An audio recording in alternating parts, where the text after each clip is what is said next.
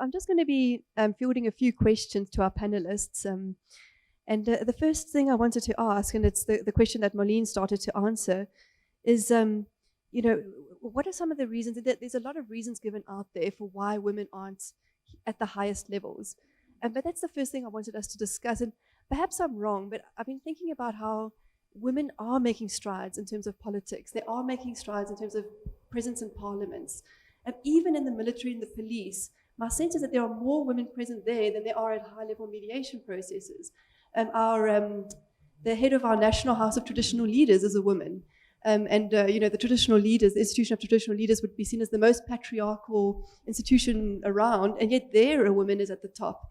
And yet in mediation processes, I just read an article the other day that out of 168 peace agreements, only 13 of them have women signatories on them. That's not even mediators, that's just signatories, as Veronique was also alluding to. And it's quite difficult to understand. So I'd love to hear from you, perhaps starting with Thabiseng. What are some of your thoughts? Why do you think women are struggling to get into these spaces? Oh, is my mic on? You can hear me? Okay, no, thanks, Corey, and thanks to everyone. I've been in this room in a different capacity, so I'm feeling a little bit out of place. But having said that, I'm fairly new in this particular role. However, the issues of women empowerment and gender equality is something that I've been doing for some time now. Those that work with me will know that in the building that we work in, I call myself the local activist because I'm always raising issues of women empowerment. And you'll find that, yes, the representation of women across all spheres is really lacking. And the question I know refers to women at the highest levels, but from what I've seen so far, really, at all levels, women are not as represented as we'd want them to be represented. And I think the reasons really, some of them are societal factors that preclude women from participating, not from the middle to the top levels. You find that women are not represented. And those are the dynamics that come out of the context in which we live. Traditional norms regarding gender, race, age, class, ethnicity, religion, and even sexuality. And we find that when these intersect, then it becomes more of a problem. And those are the barriers that you find that women really don't participate as much as they should be participating. Another thing is the people that are already involved in mediation themselves, the actors there. The reasons given would be that no, instead of looking at diversity, we should look at effectiveness and success. And that is used as an excuse to exclude women because we want to be effective, we want to make sure that this thing moves as if women will hinder things from happening, whereas the opposite might actually be true. And you find that where women are involved, their participation is often temporary and their roles are more symbolic. I think one of the speakers also talked to the issue that you find that women would be involved only to address women's issues, not to look at the bigger picture. So that as well hinders women from participating up to the highest level. And you find that when you get to capacity building, since there's no opportunities, the capacity is not built, and therefore that also contributes to women not being able to move up. I'll stop there for now. Thank you. Thank you, Thabiseng. Maxi, I don't know if you have anything to add to some of the reasons that have been offered. Yeah, I actually just want to start off with an anecdote. Now, when you said that, about the argument around women, you need efficiency, etc. The underlying message. So who tells us that the men aren't necessarily efficient who are already there? A few years ago, we had a discussion with male students around gender issues on campus, and one of the young men stood up and he said that they would welcome women or female students as long as they could prove that they would make a contribution and be efficient. And that made me realize how we tend to think from a male perspective. At that level, you don't have to prove yourself if you're a man, but women do have to. So that, of course, is a problem. And that explains, I think, some of the other things. If you look at a narrow definition of mediation, it's a very, very senior position. And someone, I think, Veronique, you mentioned how few women state leaders or foreign ministers participated last year. Unfortunately, in a narrow definition, it's usually very, very senior so-called statesmen who are appointed. So if there are no women around, there is no one to appoint. So that also is important. A third aspect that I want to touch on is the various negotiation tracks or mediation tracks, 1, 2, and 3. And I think if you look at the various case studies, there is a point of articulation between tracks 2 and 1, called track 1.5. You find women mainly in track 3, and there doesn't seem to be an easy articulation going from 3 to 2 to 1. And women involved in track 3, I think the majority in track 3 probably will turn out to be women, but they turn towards the community and not upwards. So there's an area there that I think we also need to explore.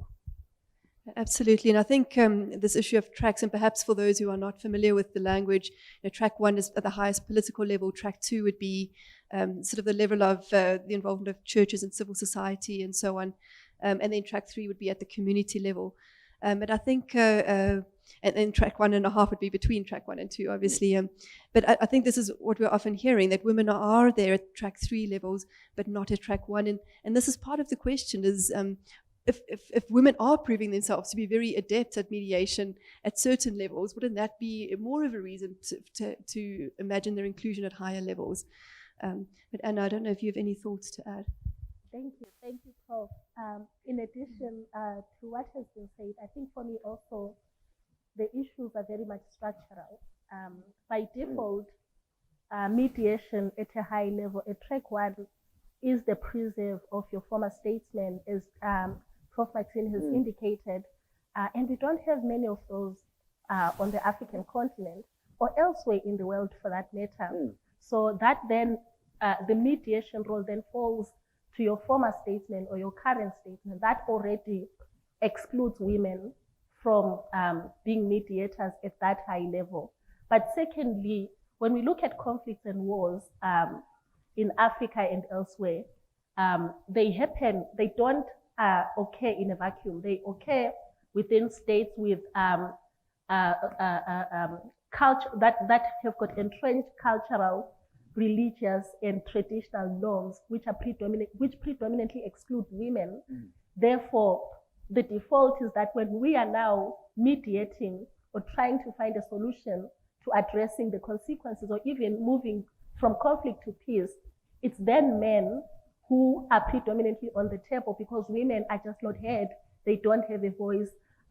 Whatever their issues are have to go through men in society. So that becomes the extension of some of those societal structural tendencies and norms that exclude women.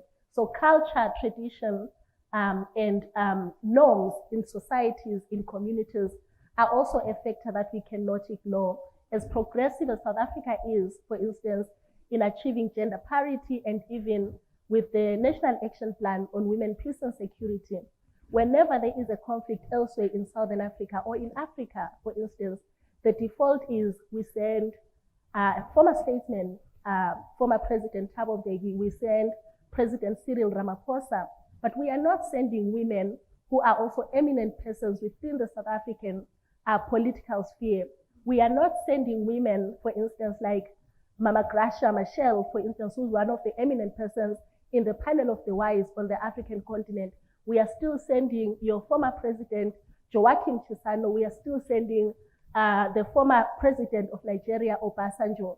We are not sending women. So that also speaks to how even as a continent, we are still excluding women, irrespective of how progressive we say we are towards achieving or implementing Resolution 1325. Absolutely. And I think it's important that you pointed to the fact that, again, there are these women that we could be sending. They are there, trained, equipped, adept at this, but we are not sending them.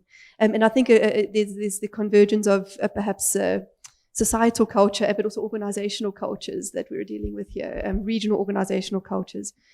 Okay, well, let's move on a little bit to talk a little bit more about, how can we make these spaces more inclusive? And when people talk about, we talk about women, peace and security, but when people talk about gender inclusivity, they also talk about it more broadly. And I think, Anna, you also pointed to this, that we want to create generally more inclusive mediation processes. And so one of the objectives of this particular co-chairship in 2022 is to increase the inclusion of civil society and peace processes. And I'm going to start with Anna again, because Anna's from the civil society sector. What are some of the ways that civil society could be included practically? Thank you, Prof, for that question. In most instances, civil society does have the expertise, for instance, that can then be leveraged for training of women as peace mediators, as negotiators. So CSOs have played that role in the past and continue to play that role of training women as peacemakers, as peace negotiators, as mediators. But also we play a very important role in the sense that as watchdogs of some of the political processes, we question, we hold governments to account where we see there are gaps. We can make noise around that, highlight the problem, highlight the challenge, make use of social media, make use of our press statements, make recommendations, make petitions for women to be included. And some of those strategies have been utilized in countries like Kenya, for instance, during the Truth, Justice and Reconciliation Commission, where there was a loud call from civil society to include women. There was a loud call for vetting to ensure that we also have women who are eminent within the Kenyan structures to participate in the commission. So civil society actors really can make that call and use a number of strategies. We can put pressure on the government to make sure that women are included. But we also hold governments to account in the sense that we highlight Resolution 1325. In most instances, when these processes are happening, our governments do not consult, for instance, some of these resolutions. They don't consult policies. They merely make political decisions. Therefore, it becomes our duty to call them out on some of those omissions, to say, you are not complying with some of your own policies that you've domesticated, like Resolution 1325 through the National Action Plans.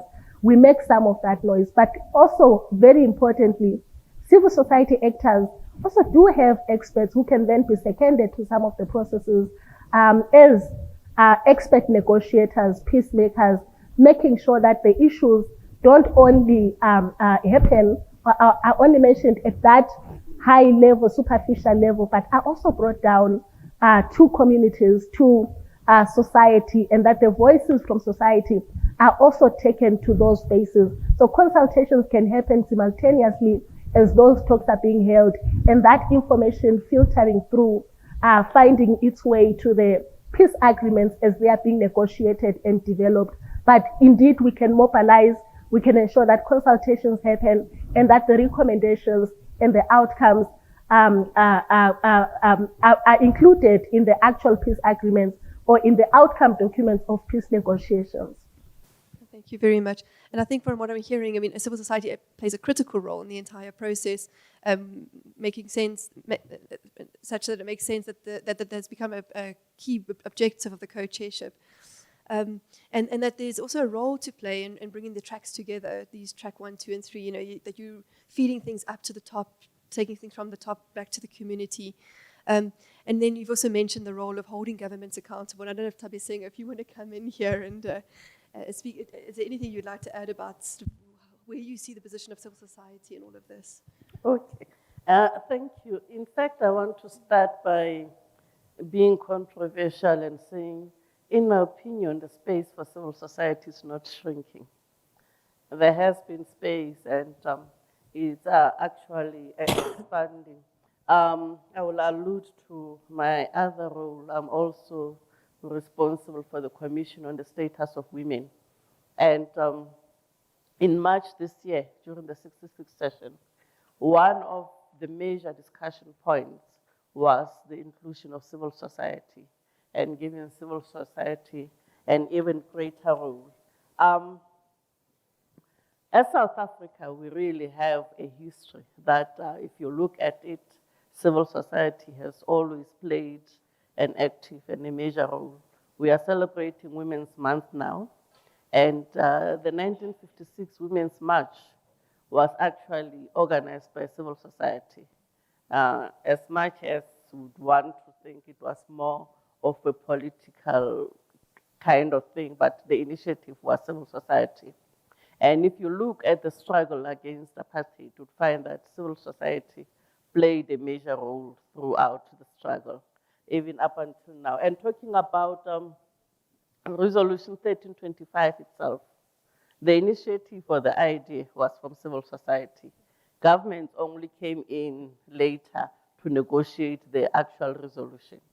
And all the other resolutions that followed, Moline referred to the 10 resolutions, the negotiation of those resolutions to find that civil society's views are taken into account.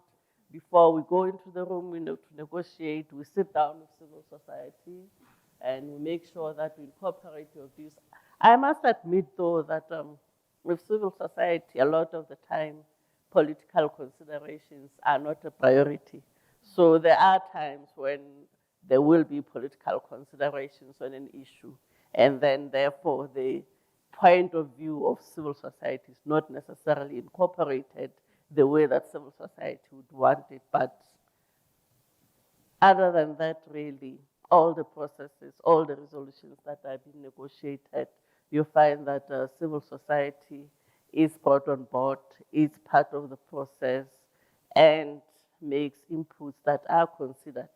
Even now, the WPS agenda, I find that here at home, Accord is playing a very big role in terms of the implementation of the WPS agenda. Regionally, we have FemWise as well, which is also playing a major role. So really, I think civil society is being given a space, it has a role, and it can only get better, not shrink. In fact, I think FemWise could play a much stronger role in getting women into these positions, isn't it? Maxie, anything you want to add on this one? No, except to say, I was listening now and I was wondering, so where do the academics and universities fit into this? Because we're not really civil society, we're also not government. But I think one thing where universities can play, there are two things. The one is its convening power. We see it this morning. Very often a very neutral space, because even civil society, in terms of its relationship to governments or international governmental organizations, can be a fairly politicized issue. That's where universities have a very important role to play, to provide a platform, bring people together, and they feel comfortable, they take off their institutional hats, and they have a conversation. The other thing is, of course, around research, because in the end, to provide the kind of expertise, I was thinking about the development of mediation processes, the identification and development then of the technical thematic areas, to make sure there not only, and it's something several people have now referred to it, where we so tend to conflate women and gender, that a woman can only talk about things having to do with women. And it's ridiculous. But it needs careful attention, I think.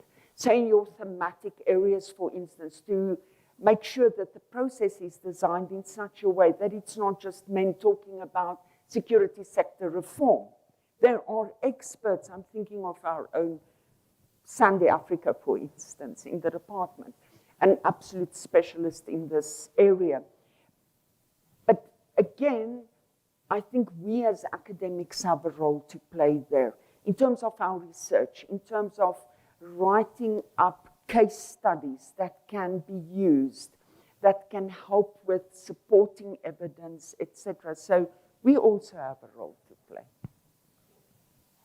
I think this model that we're experiencing now, where you find that a country from the global north and a country from the global south are cooperating and co-chairing on a specific thematic issue, is something that is very useful and should continue and should happen across all spheres. And perhaps that will help in bridging the gaps that are there, because as countries of the global south, we have the perception that the global north most often than not imposes what they believe are solutions on us, and they come with approaches that are best suited to their context and not our context per se.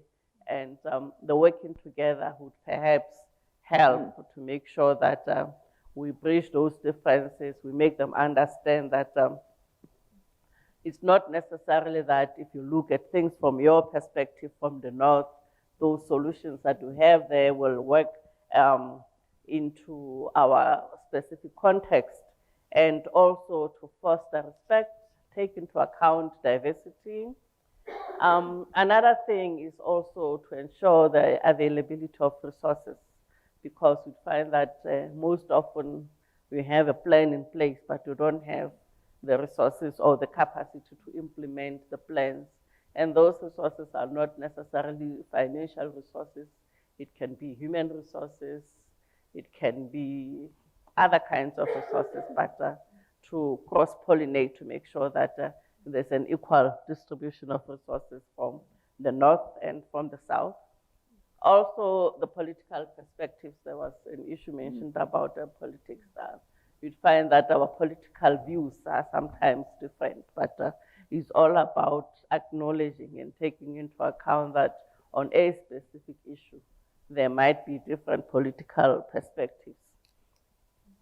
I've already talked about the imposition of solutions. It looks like it's my favorite thing. I have it twice on my notes that really there shouldn't be the superior attitude that I'm coming to solve your problems, and you don't even know why I have problems or how those problems came about. So really, it's all about working together, understanding each other. So what I'm hearing is that the focal point network is in fact an opportunity to overcome some of these obstacles that might be there, but in fact this is the perfect place for those things to be worked out and resolved, and perhaps this to be a bridge. Others that I don't know if Anna or Max, you want to speak to this? Thank you, Prof. I also like to just highlight the shared learning that comes with that kind of partnership and working together, which really enriches the outcomes, but also some of the goals to be achieved by partners from the global north and the global south coming together. So there's a lot of troubleshooting on some issues that may be predominantly issues that emanate from the global north context, and those issues that emanate dominantly from the global south context, and beginning to harmonize towards finding solutions that are not only skewed towards a particular context, but that really speak to a diverse and inclusive global a global outlook, so that also we begin to share, but at the same time benefit from what is coming out from each of those stakeholders, the global north and the global south stakeholders. So really it enriches the outcome documents, the goals, the objectives, and even the solutions that are fostered through that kind of collaboration. Okay, so what I'm hearing is it's really actually critical to have these kinds of collaborations, these co-chairships, where the troubleshooting can take place, where these things can be worked out. Maxie, anything you'd like to add? No, just to add that if one looks from a bigger perspective, what I find interesting is I really think we are in an era, an evolving era in which, as at least from an African perspective, it is as if for the first time we are really also taking our agency seriously. It's as if there is a much bigger awareness of the fact that we speak for ourselves, that we've got something to say, and I'm not confining this only to the topic of conversation today. Increasingly, one finds that it's no longer a case of people necessarily coming to us and telling us what the solutions are, but rather an attempt, and it might also be politicized and with other interests at heart, but an attempt to also hear what we say in Africa. The big challenge would be whether we can get our own house in order. In other words, have efficiency in our regional organizations and within the African Union to make use of this opportunity of African agency coming to the fore, because you need that kind of efficiency to really do something with that. Absolutely, and maybe that links to the next question, which is, where are we seeing successes? And perhaps we can look at on the continent, but also beyond the continent, I guess. But where are we seeing? You talk about African agency, but where are we seeing women's agency? Where are we seeing successes in terms of women actually? And Marlene did mention that one example from Liberia. Where else are we seeing successes that we can learn from, that we can utilize to build on? And it doesn't have to necessarily be a specific mediation case, but perhaps where is there movement? Where is there a bit of give that we can sort of go with and to move this agenda forward? Sorry, I didn't specify, but who would like to speak to that? I'm not sure. Ntabi Singh, go ahead. Okay. Yeah, I'm going to be a bit long on this one. I have a whole page of notes that I've prepared. I want to start by talking to the Secretary General's report on women, peace and security.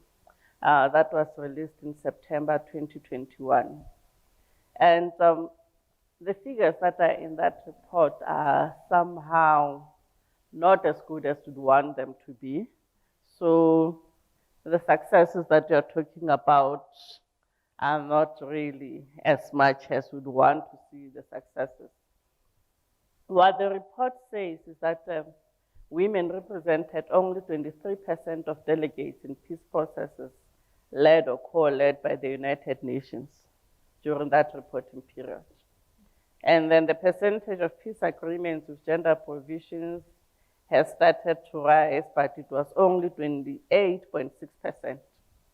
And the target there was 37.1%, but we are sitting at 28.6%.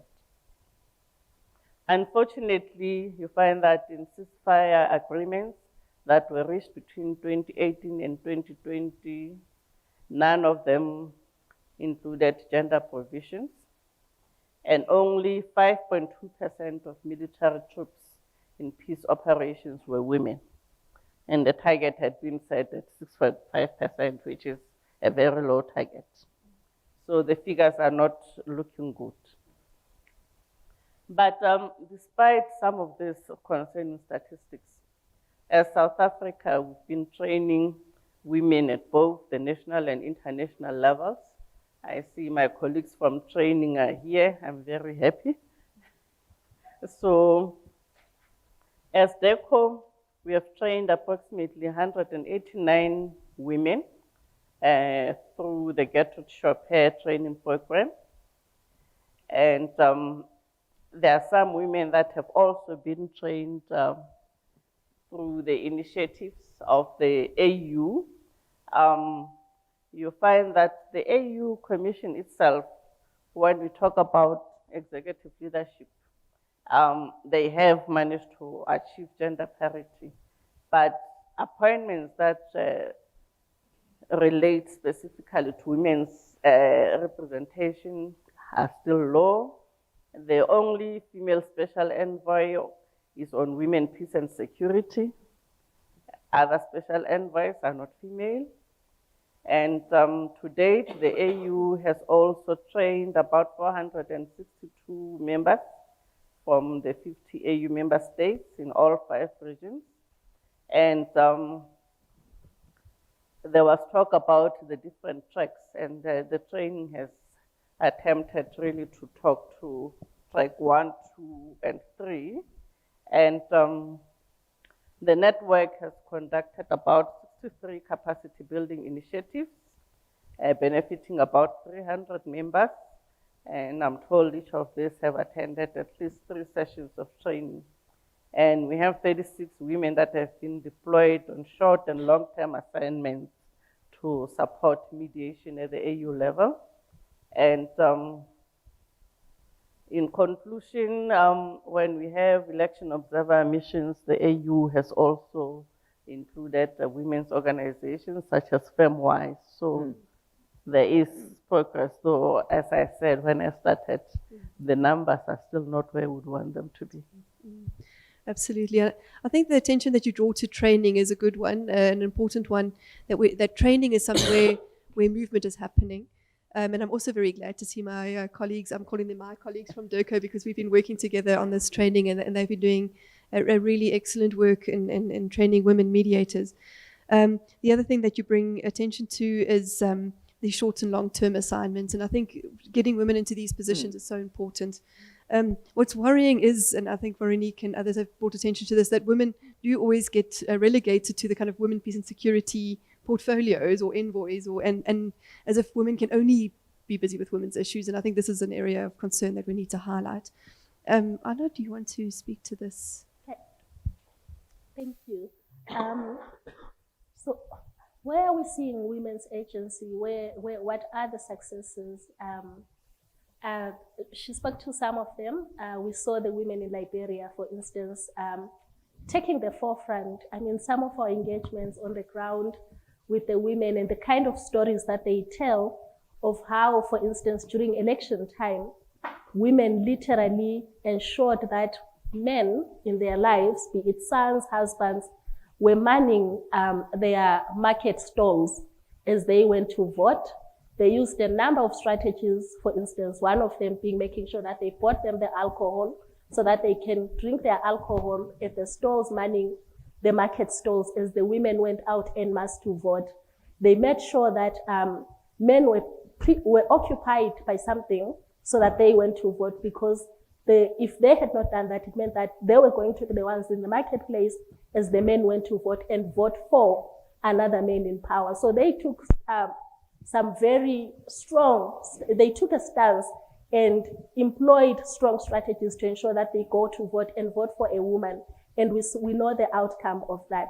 But another example that I can give is the woman in a white dress in South Sudan who epitomizes the South Sudanese revolution, the Sudanese revolution, Ala Salah, for instance. And she said something very profound in her 2019 address at the Security Council when she spoke on women, peace and security. She highlighted that in South Sudan, for instance, for them as women to go out on the street, they had to defy all culture, patriarchal systems. They had to uncover their heads. They had to eat together with men, all these things that were shunned by the regime and also by their own religion, in order to really take a stand against the socio-economic issues in the country towards bringing about a change. It was women who really went out at the risk of being raped, who counted the cost but decided that the regime change the transition is much more important to sacrifice for with their own lives, even if that meant ostracization, even if that meant being arrested, being raped, being left vulnerable by the very regime that they were fighting against. And the transitional government then came. But interestingly, even the transitional government only had one woman at the negotiation table to speak about women's issues, although women were on the forefront and were the face of the protests and the social change, the social movement that brought about the transition. When it really came to the crux of it, women were then relegated to the periphery of the process of mediation and even finding solutions moving forward the country during a time of transition. So where is the women's agency? Women, as wives, as mothers, as aunts, as employees, in all our diversity, we bear the brunt of most of the social ills in society that drive us to actually protest and bring about change. The women in 1956, for instance, again, were protesting against some of the ills in society and took a stand. So women really are not afraid to take a stand, and we drive our agency. However, the processes that follow our agency and our coming out, our bravery and courage are still very much stifling to the voices and the contributions of women, particularly where politics now matter and the actual change we want to see really needs to be negotiated and decided upon. So we take the forefront, but we are then sidelined when really it comes to the crux of it. So we have our agency. I think where the change needs to come is now to say, women have started some of these processes. Women also need to be on the finishing line of some of these processes as decision makers, as leaders of some of these processes, and as contributors to the very processes that will deliver lasting and sustainable change.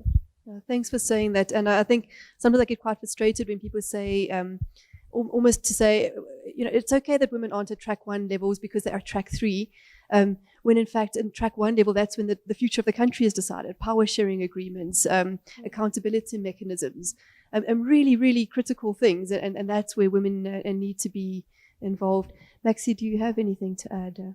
Okay, and I think we're going to skip through to the last question then.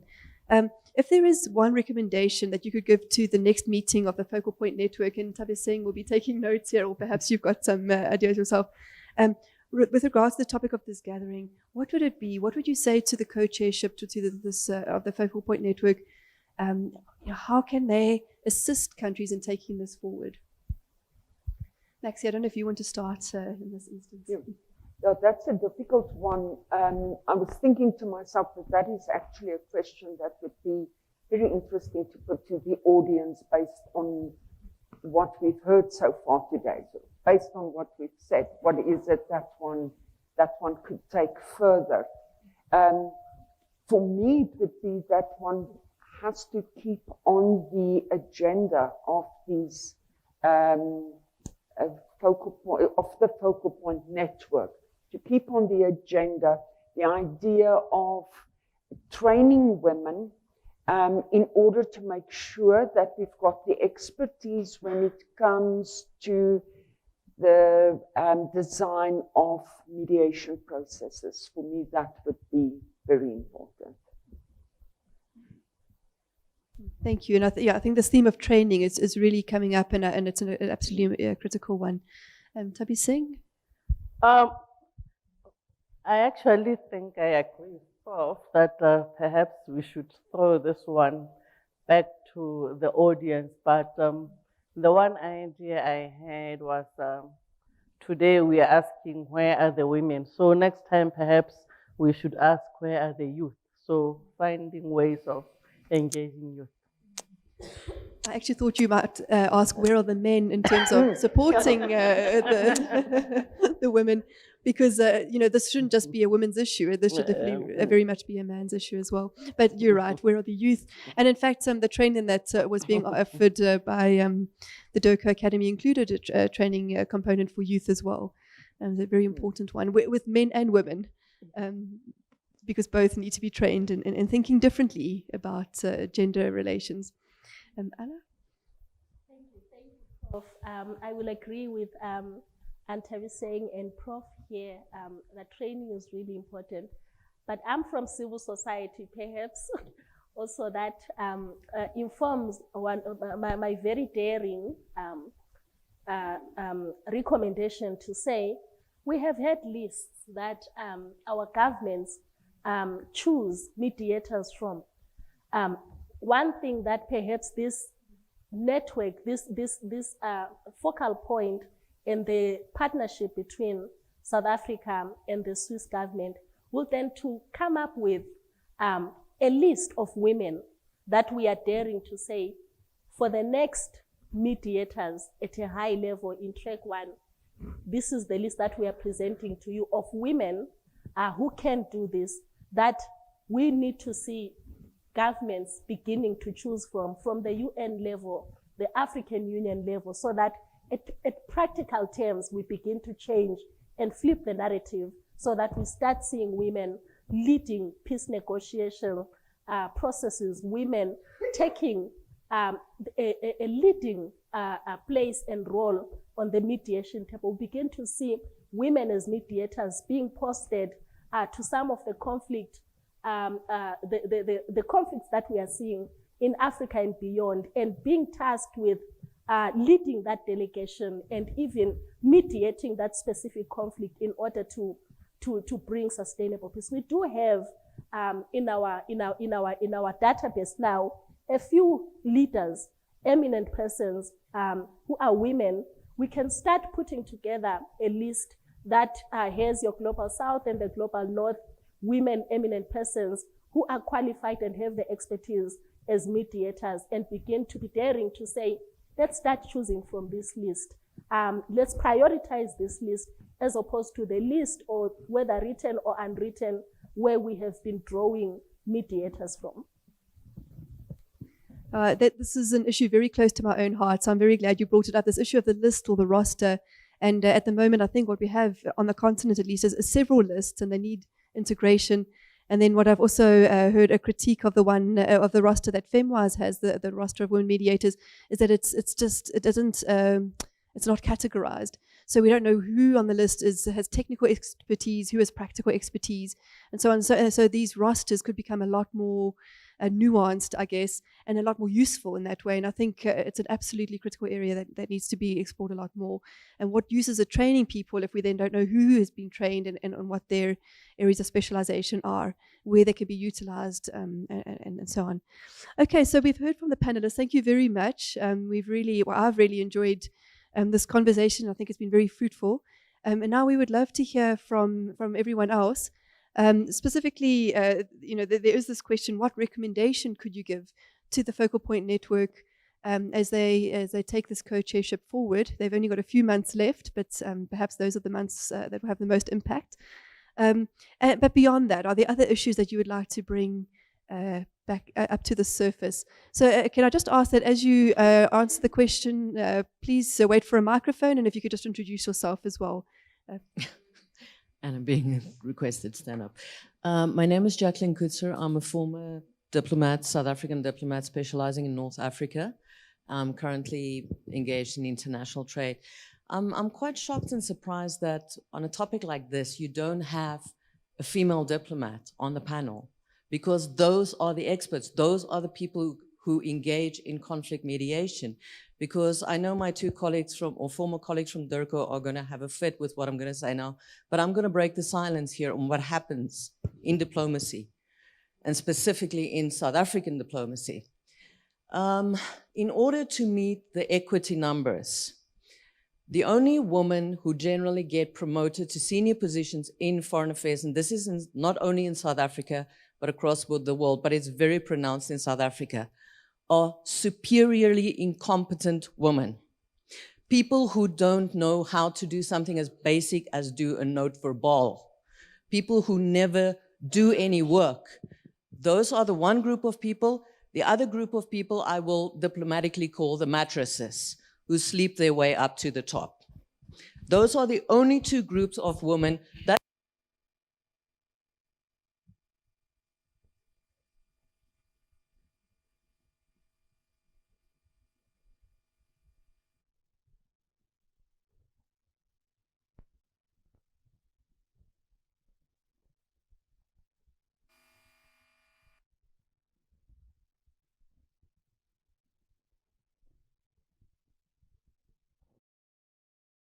countries, particularly, and I have to respect them for that, from the Egyptian embassy, Ambassador Naila Gabar and Mona Omar. They were amazing diplomats.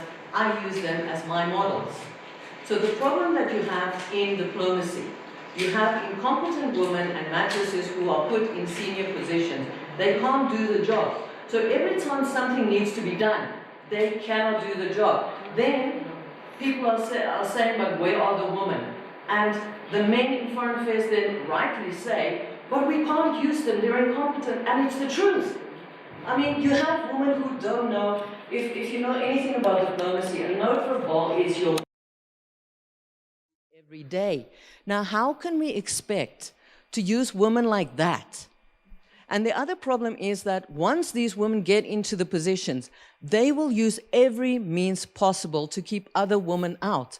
The number of women in foreign affairs, South African foreign affairs, who are competent and who were promoted on the basis of merits, I can count on one hand, literally. And I'm not being facetious or nasty, this is the truth. Then the UN system is even more so. Oh, one thing I forgot to mention. The level of sexual harassment and rape is ridiculous, but you're not allowed to even comment on that or report it. You can report it, but your career is over. I mean, I was personally a victim of that, and I was told by the person, go and report it. Your career's over. You know that. I know that. There's nothing you can do. There's no backup. None of the other women are going to back you up. The men are going to make sure that you will get destroyed because you broke the silence. You're never allowed to do that. The UN system is the same. I mean, the level of sexual harassment within the UN system is ridiculous. We have, and the sad part is that Antonio Guterres hides and covers these things. The head of MINURSO has just been accused of the most grievous sexual harassment and assault cases, but it's being covered up. So how can you rise as a woman in that environment? You're not allowed to. There are a lot of women at the tables in mediation.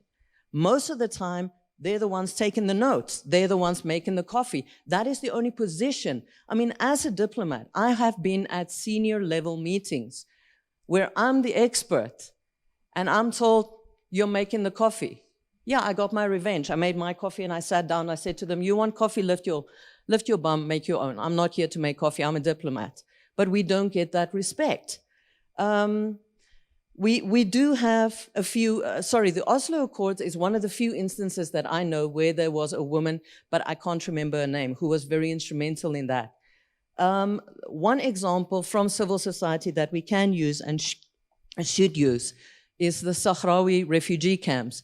They're the only refugee camps in the entire world where women do not get raped every single day because the camps and the society are controlled by the Sahrawi woman.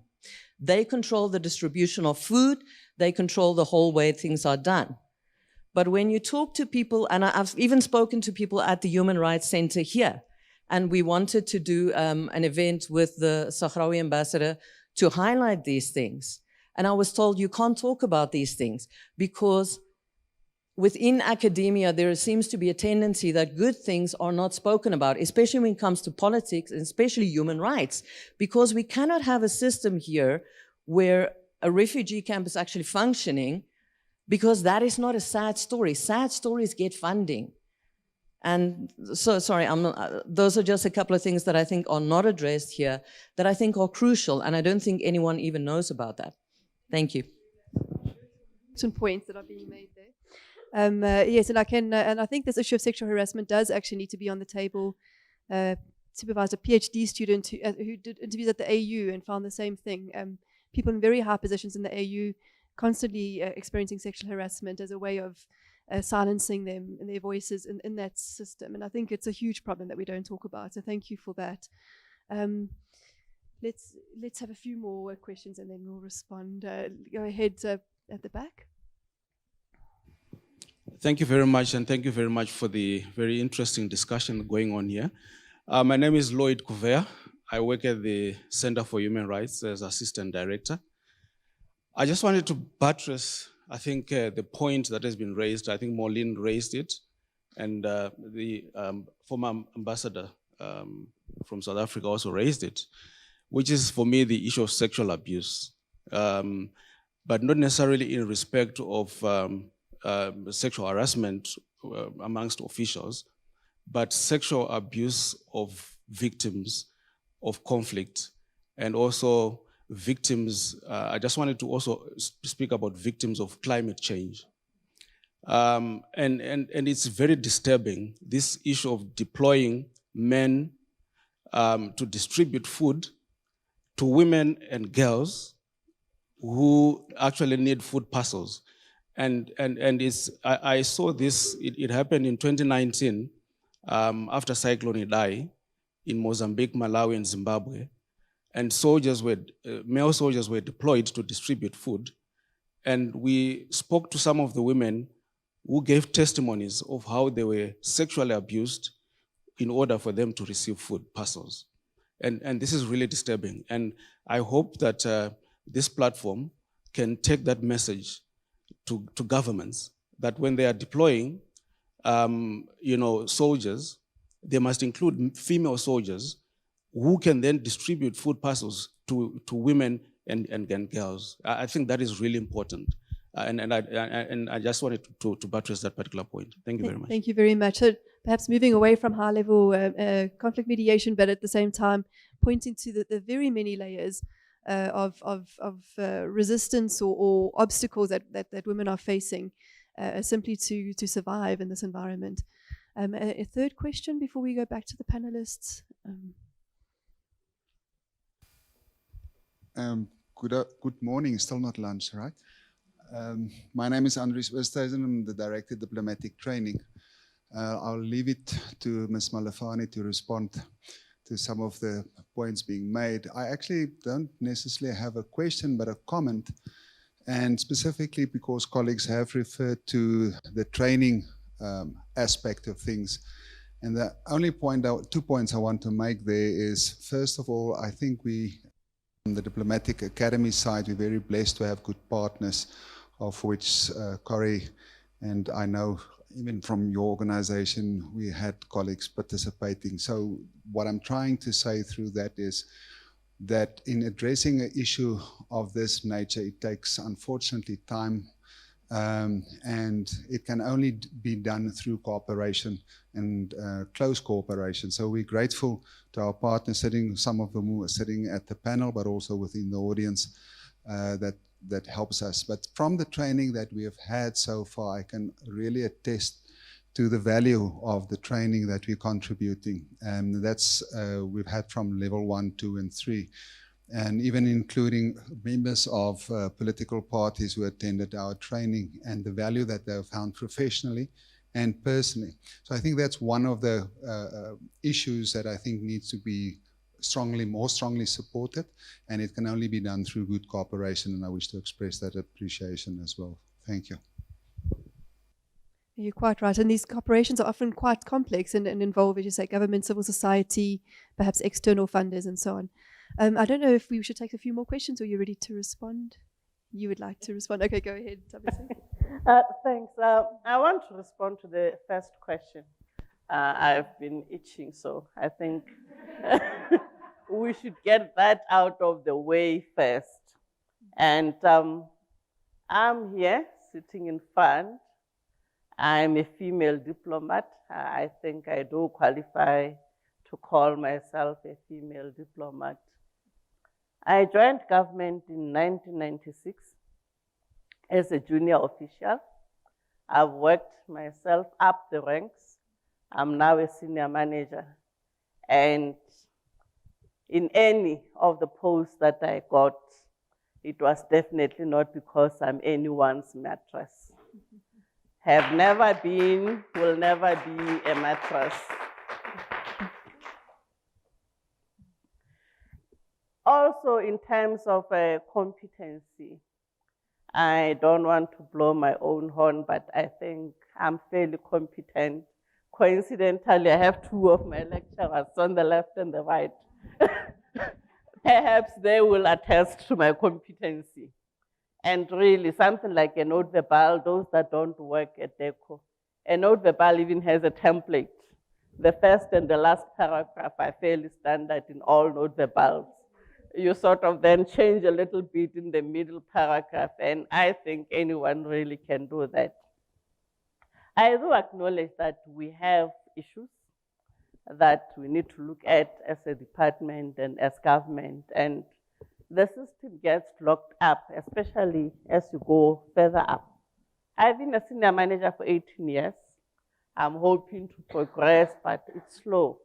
And what really clogs the system is that when it comes to positions such as ambassadorial positions, then there's the issue of political appointees and so on. But that isn't so much a problem when you look at people like me who consider themselves career diplomats. And I don't want to think that I'm only one of 5 or one of less than 5. There are quite a number of us who are senior managers who are there on merit, who haven't been promoted because of political affiliation or because of sexual favors and any other favors. So really, I don't want people to walk out of here thinking that all the managers at DECO are either incompetent or are mattresses or whatever. We have a lot of competent, educated people that don't do male favors, who are managers and who are running the department. And I think by and large, that's why the department is thriving. There are those exceptions and we carry them, but the majority of us are competent and are hardworking. Thank you for that intervention. And in fact, we have the privilege at the university of running a master's in diplomacy program where a lot of our colleagues from DERCO have come through, and we can also attest to a high level of competency. Thank you. Toby saying, I don't know if the other panelists would like to respond, or should we take some more questions? I think most of them were comments, really, not questions. From some more people in the audience, and particularly we're thinking of how do we take this agenda forward? Thank you, and good morning. My name is Chiriro Ntaviseng's colleague, competent colleague. I just want, it's not really a question, but perhaps a recommendation or an intervention of where we can look. Professor Vilenga will know we are working together in the training for women mediators in particular, and we've got a large number of women mediators that we've trained. So perhaps if we can, through the collaboration, if we can look at those women who have been trained and start profiling them in order to place them in various tracks to see who of those can participate at what level, because a lot has been done. A lot has been done. We've trained a lot of women from the CSOs, from research, from academia, as well as from government, and particularly we've also prioritized SADC. I also want to mention that we are going to be having the Gertrude Shope Annual Dialogue Forum in October. That's on the 7th. We will share the details through the participants and on all available networks, so that all of us who are here, and we can continue also to invite others to participate, because that is a platform where we speak about these issues and try to find solutions and a way forward. Perhaps maybe some of the outcomes of Gertrude Shope can feed into this joint collaboration of the focal points. Thank you very much. Thank you for Wengosi. I'm with the Norwegian Embassy, focusing on peace and reconciliation. But I think my comment, also question, is more on a personal level based on work I've done before. So I used to do a lot of work on YPS, so Youth, Peace and Security. So for me, in platforms like this, I'm always thinking, but in terms of mentorship, so yes, there are already these challenges for women mediators. Now you're also thinking of this generation of young people who are very, into peace and security and are actually actively involved in their specific spaces. How are we then, with the lessons that WPS has learned, how can we make the process easier for YPS? Because I think some things WPS has done so well that the youth shouldn't have to necessarily go through some of those hurdles. So I think for me with the focus group, it's how do we join the two so some of the lessons can already be passed on to the young women, to just make sure that the process is easier and quicker for that generation also. Thank you. Thank you. There's a very powerful suggestion there around mentorship. Thank you for that. I see Moline here has got her hand up, and then there's someone at the back as well. So mine is maybe it's a question to try and brainstorm and find some way around, are there enforcement of what commitments that governments would have made? I think one of the things that the UN is doing, as I mentioned, is the issue of quotas, whether it's in mediators, in peacekeepers, that they are putting that gender parity forward. In one of the discussions we had with SADC, they said whenever they have to nominate mediators, they ask member states, this could be just SADC, I don't know the other regional organizations, that they ask member states to nominate competent women or women who are able from the member states. And they were saying, we don't have control over that. Member states then tell us. So then now, when I hear Ntabiseng now say she's been in a senior role for 18 years, and it's concerning when there are young people here who want to be mentored. If it takes that long for a woman to just be raised, but men, I know for men it won't, I don't think it takes 18 years. And we are happy that Charlotte is now in an ambassadorial post. And we worked really hard with Charlotte over the past few years. But again, the question and the concern is what can be done? Are there mechanisms? I think we have asked SADC this question. How do we enforce commitments that governments, that states have made? They talk about 50-50, but you go there, you go to the different countries, you've got 20% female representation in parliament or in local government. But still, nation states, members, presidents raise this at State of the Nation addresses whenever they get a chance. We are all for gender equality, but when it comes to practice, we keep going back to square one. And maybe it's just ideas on how we can move past this or change this. You know, I don't know if anybody will be able to answer that question. And part of the question is, should it be starting at the regional level going down, or is it the member states going up, or is it a case of both and working at the same time? I think we need to take our last question or comment now, last two, and there we go, and then we'll hear the last words from the panelists. Hi, I'm Phyllis Kalele. I'm from the US Embassy, and mine is mainly, I see an opportunity, but also a challenge. I would like to hear from Ntabiseng from DIRCO.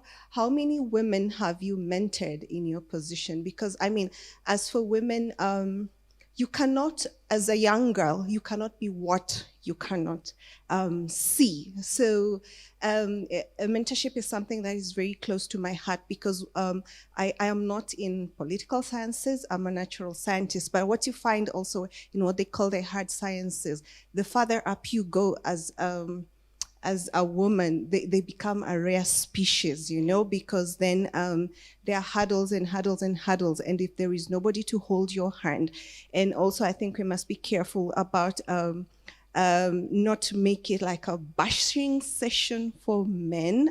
I'm not saying that's not what we're doing, but there are men out there who are willing to support. I got mentorship from man as a scientist, and without his assistance, actually, I would still be stuck at the bachelor's level. So for those who are already there, both men and women mediators who are there, I think they should be given or should be asked to provide mentorship. Then you have a multiplier effect and you don't keep discussing the same issues year after year. Absolutely. So this theme of mentorship is coming through strongly, and I think it's a really important one. Last comment here from Shireen, and then we're going to hear from the panelists. Thank you so much, Corey. My name is Shireen Mukadam. I'm Foreign Policy Advisor at the Embassy of Switzerland. I have two reflections. The one is, thank you, Director Ntabi Singh Malefane for mentioning that it was actually civil society that introduced Resolution 1325 to the UN. I think it's very important because sometimes I come from a civil society background, and sometimes it seems like there's a dichotomy between civil society on the one hand, who are known as non-governmental organizations, and government on the other hand. So I'm really grateful that we have civil society representatives and representatives from the university here today. But I think that it's also important for us to continue thinking about how we can engage civil society upfront and integrate the views of civil society, not as an afterthought, but really as integral to the work that we're doing, which I think we are already doing. And then similarly, for NGOs and civil society to be open to engaging governments, because I think what we need to be doing is to continue to break down barriers and build bridges instead of separating ourselves. And the second reflection I have is just that, we've been speaking about how women are often seen as victims, but actually women have agency. And I think that our panel today is really a reflection of that, our eminent panel. But I think it's also important to remember that there are intersectionalities of vulnerability and inequality. And there are some women that remain on the margins of society, like women migrants, refugees, asylum seekers, and stateless women. And I would like us to remember to include these groups of women in the WPS fora and processes also going forward, so that we don't reinforce differences, but we embrace and enhance inclusion. Thank you. And I think that's really an important thing that you're bringing out there, Shireen, is that an inclusive process is not only about including women, but including an intersectionality or including women with an intersectional lens, I guess we could say. So let's hear from the panelists' last comments before we wrap up and go and enjoy some lunch in the dining hall. Tabi Singh, please go ahead.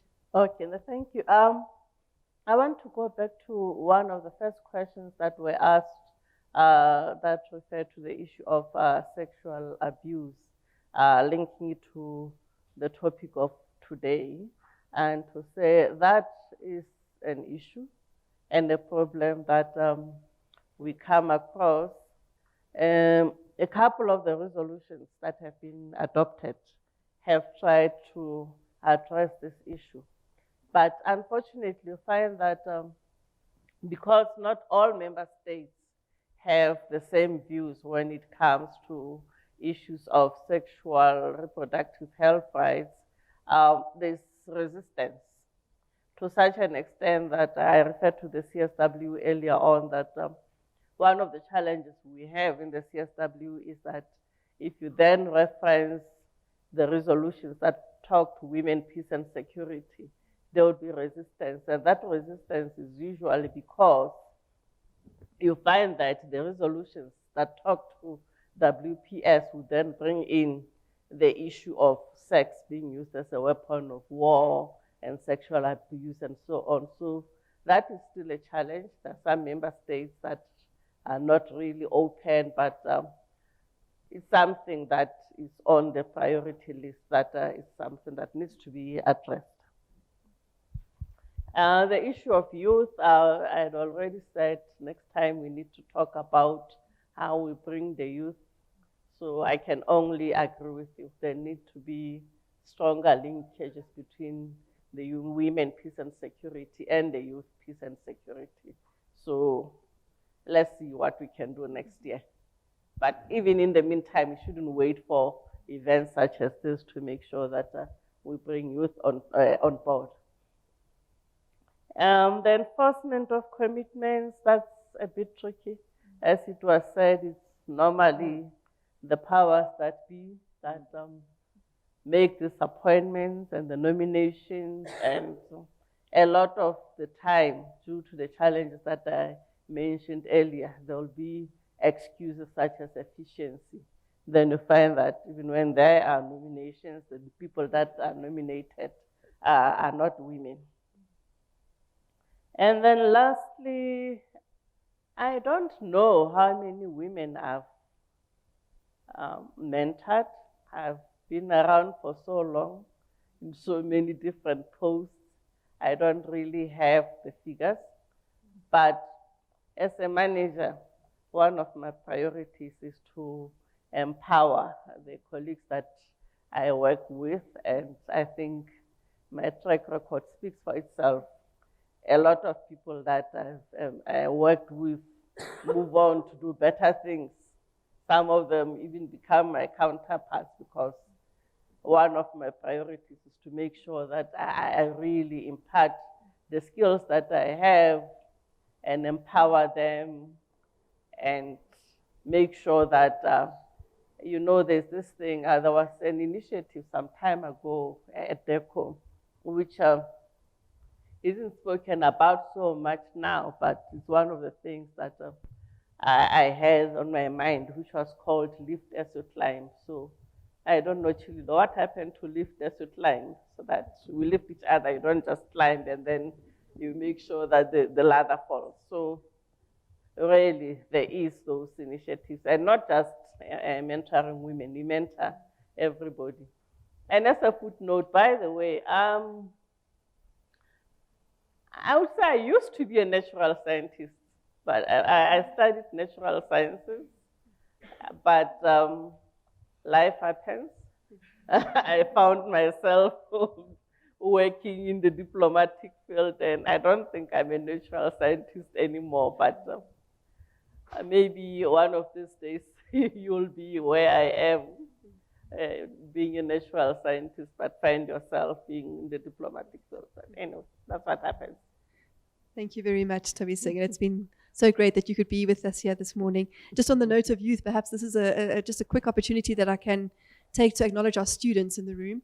And one of the great privileges of these kinds of events is that we can bring our students into these spaces.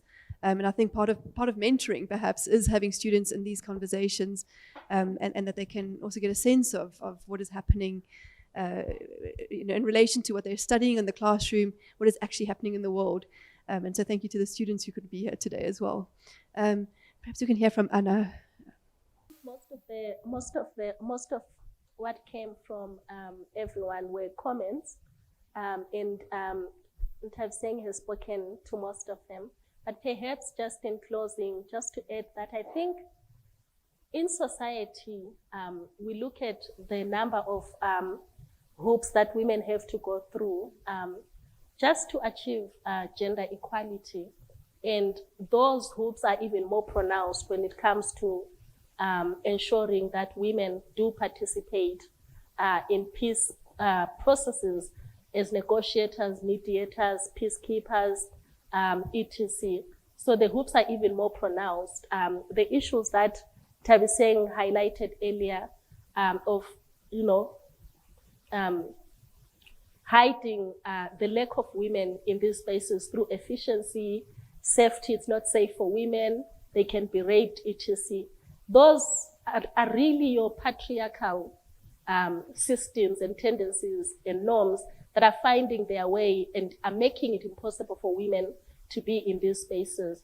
But also very much, again, the lack of opening up the spaces in terms of ensuring that women are actually safe in these spaces, that women have a voice, still needs to happen. So a lot of transformation is needed in the space. It's needed in countries, it's needed in communities, it's needed in politics, it's needed at multiple levels if we are to see women really taking up space in this high, in your track 1, track 2 missions. So it's really important that we really widen the space and begin to do the hard work, the hard lifting work of making sure that we are not only saying we are bringing women, because it's easy to ask the question, where are the women in these processes? But are we actually making room for women to thrive, to be safe, and to really become the leaders that we are training them to become in these spaces,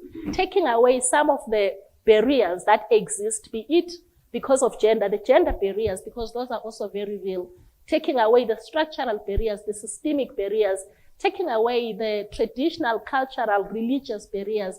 So we really need to dig deeper and really do the heavy lifting work to make these spaces accessible to women, number one, but secondly, making sure that women can actually thrive in these particular spaces as leaders, mediators, peacekeepers, peace negotiators, etc. So there's a lot that we still need to do to make the ground fertile and accessible for women.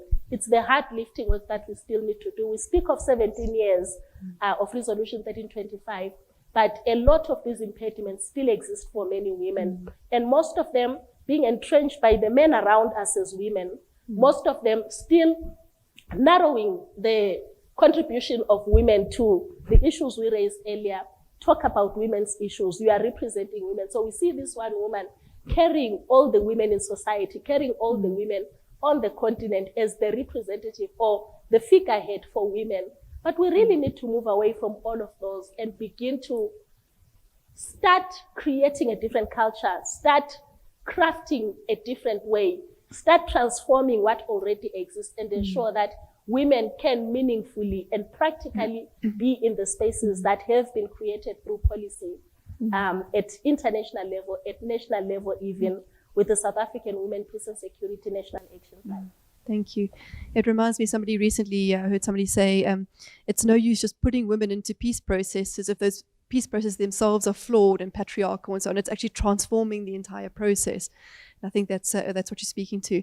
And perhaps I can give the final word to someone on the theme of mentorship who I perceive to be very much my mentor.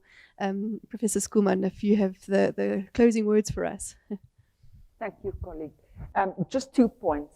I was struck again here by how we so often think of a place like the UN, for instance, as oh, they're useless because they can't do this, that, and the other, and then listening to what we've been saying here this morning and realizing how dependent the success of such an organization is on its individual state members. The states don't do something, the organization, to a large extent, can't really do much. And that made me wonder whether one way in which we could think about this was to increasingly identify champions. I hate this kind of vocabulary, but top women in different states who can actually push this agenda and who can influence at the very highest level decisions around who will be selected, who will be put onto lists, and who will be selected from those lists to do certain things. Who are these women? We all say they're around. Well, identify them and let's encourage them to champion this at a domestic level, in other words, at the national level. I was then also struck by the young colleague who said that YPS would appreciate a kind of mentorship and an opportunity to learn from WPS. I think that's quite important. You know, if you get to my age and you've worked with young people for decades, one big change that I've seen in my many years in academia was a change in how young people manage to almost break down barriers and build bridges. So if you go to something like YPS, you will probably find a much better mix between the male and the female component. So if we can focus on that group, we are probably already set for the future, where we won't have to have these long arguments about, you know, are there enough men here today? Are they interested enough? Are we bashing them? I sometimes get the impression that for young people, those things are beginning to be like, you know, what's your point? A different way of looking at the world, but they need mentorship and experience and exposure to bring that new culture, if you want, into what we're talking about. Thank you, colleague, Ms. Moyo. Well, I think some very, very practical things have come up in terms of the focal point network, what areas that could be worked on, areas that we could work on together, for many of those of us in the room that are working on these issues. I'm just going to say a few final closing words. I don't know if I should, let me just swap hats here. Simi. So we're ending off our session for the morning. If you leave this building and just walk across, you'll get to the refreshments hall, and there is a light lunch that's been prepared for you. Just before we go, I just wanted to once again thank the Swiss Embassy and Veronique Halle for making all of this happen. Really, it's and the team at the Swiss Embassy has been extremely attentive to detail and really put this together beautifully. So thank you for that. And thank you also to my own team at the Center for Mediation in Africa, many of you who are sitting here at the background, for everything that you've done. And of course, and a thank you to Malene from UN Women for coming and sharing with us as well. It's so important for us to come together in these spaces, and for all the reasons that we've discussed this morning. And thank you, of course, again to our panelists as well. And I hope I've thanked everyone. I haven't forgotten anyone. And again, of course, thank you to all of you who have come and joined us this morning. We really appreciate your contributions. And perhaps let's continue the conversation. Oh, we have gifts. That's what I'm forgetting. Yes, we have gifts for our panelists and our speaker. So perhaps if we can just hand those over.